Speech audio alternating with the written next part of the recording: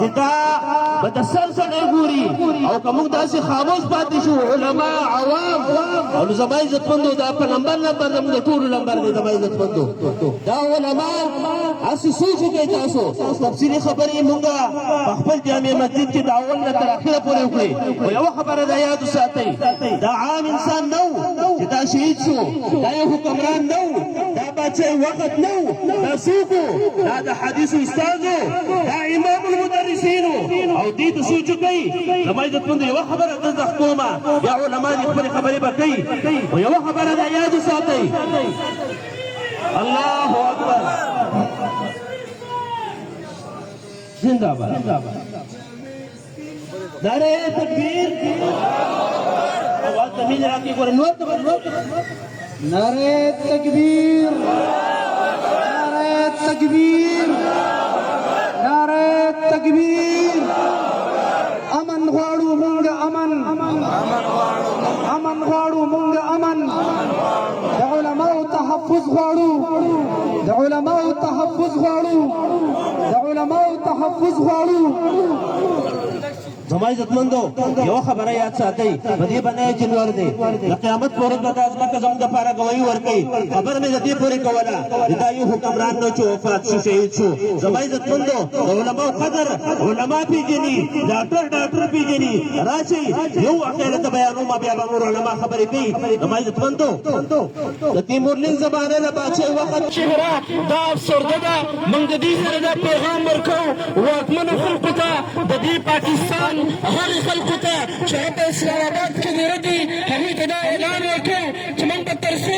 زموږ د پښتون قوم ضلالت د شیخ حسن جان شهید رحمه الله د دور نه شروع شوی دی زموږ د پښتون قوم ضلالت دا د شیخ صلیح الحق رحمه الله د دور نه شروع شوی دی راځئ مسلمانانو راځئ علماو متفق شئ په یو ځای باندې ودرېږئ دا اعلان دا پیغام دا چوغه دا د هغه اسلام آباد واکمنو ته ورکړئ چې په دې خاوره نور موږ امن غواړو موږ ډېر ستړي شوي یو شیخ الحدیث رحمه الله زموږ نه لاړ د قرآن باندې ډکه سینه زموږ نه لاړه نن د هغوی شاګردانو سره زه تعزیت کوم د علماو سره تعزیت کوم درخواست یې علماو نه دا کوم علماو د واعتصموا بحبل الله جميعا ولا تفرقوا په دغه رسۍ رامعودې شئ راځئ چې د قرآن او سنت دا رسۍ راوځي راواخلو او زه ډېر جذبات دي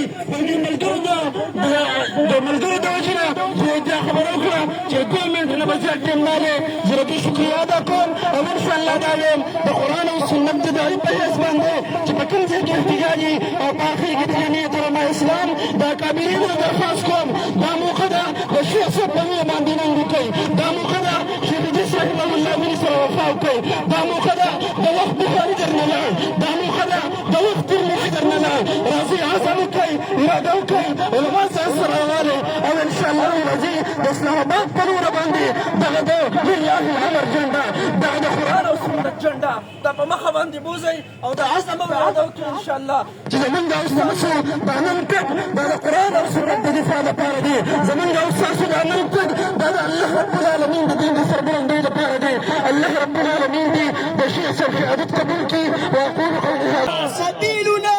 سبيلنا الجهاد الجهاد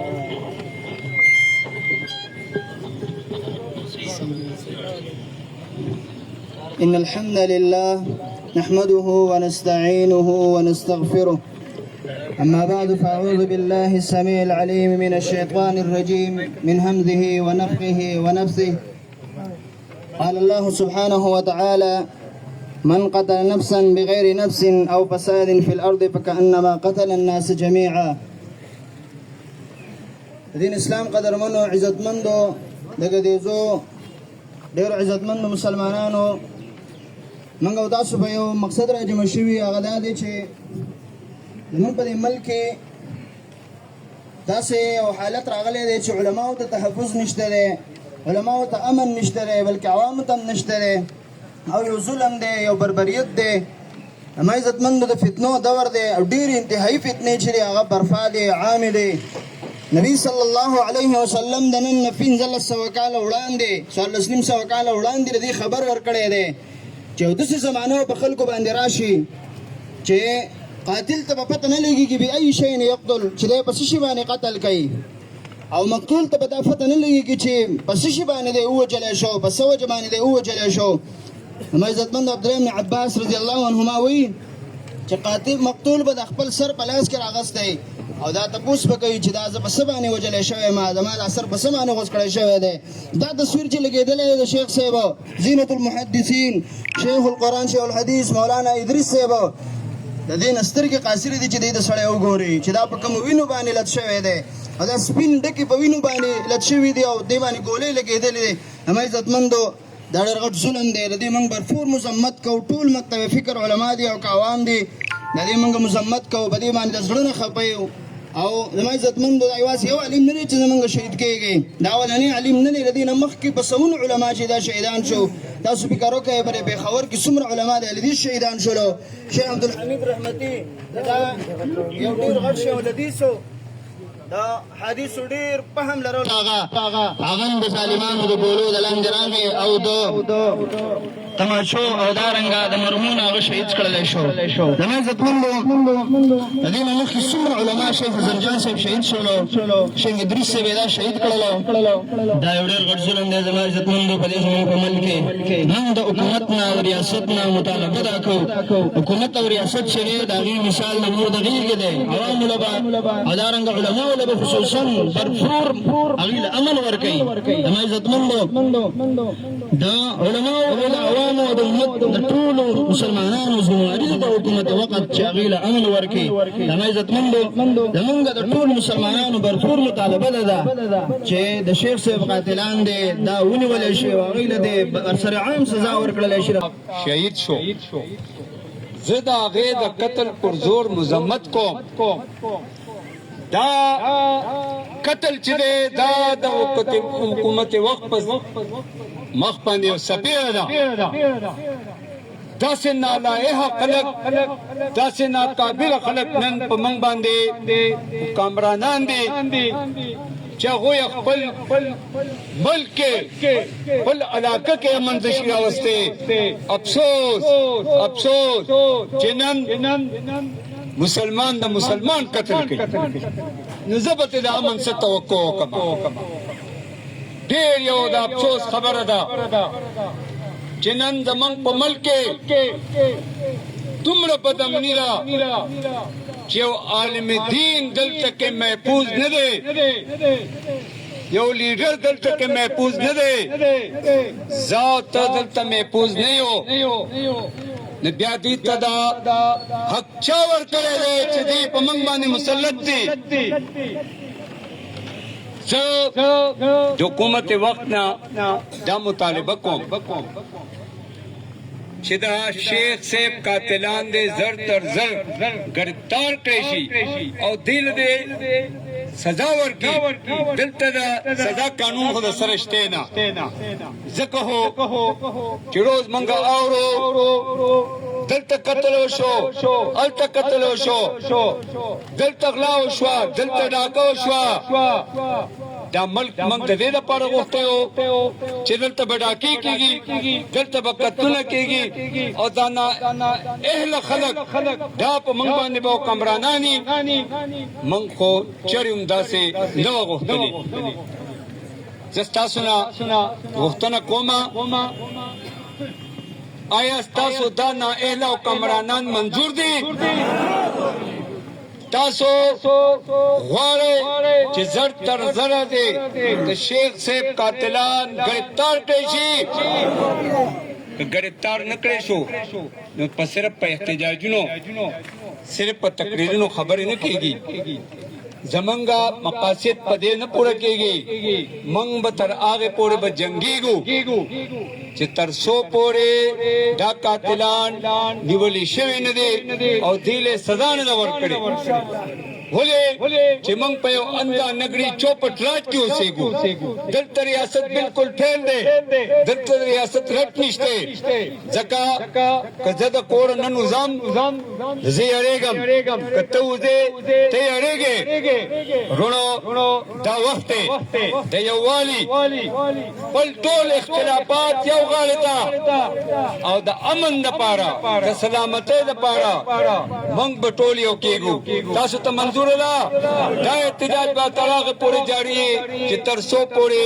د شیخ صاحب قاتلان نیول شوي نه دي او هغې ته اقرار واقعي سزا ورکړې ده ستاسو زما شیخ صاحب ته په د دریو څلورو میاشتو هغه پروګرامونه ورکړي چې د خلکو اصلاح به یې کوله دا زما حضرت شیخ صاحب مات نه کړو خو یاد یې ساته زما لرې ګیله نشته دی پرېږده دا سلسله ده ویقتلون النبیین پیغمبران به یې قتلول خو دا خبره یاد ساته ای د قیامت په ورځ به او نفخ ثاني دویمه شپېلۍ به وواله شي زما شیخ به په وینو کې لید د قبر نه راپاسي زما شیخ سمیع الحق به په وینو کې ککړ راپاسي زما شیخ حمید الحق به په وینو کې ککړ راپاسي زما مفتي نظام الدین شامغي شهید به په وینو کې ککړ راپاسي زما حضرت نواز شمعي په وینو کې ککړ راپاسي زما علامه علي شیر حیدري به په وینو کې ککړ راپاسي زما اعظم طارق شهید رحمه الله به په وینو کې ککړ راپاسي زه به کم کم یاد کړم زما عبدالحمید احمدي صاحب به په وینو کې ککړ راپاسي تل تمایشګر جوړي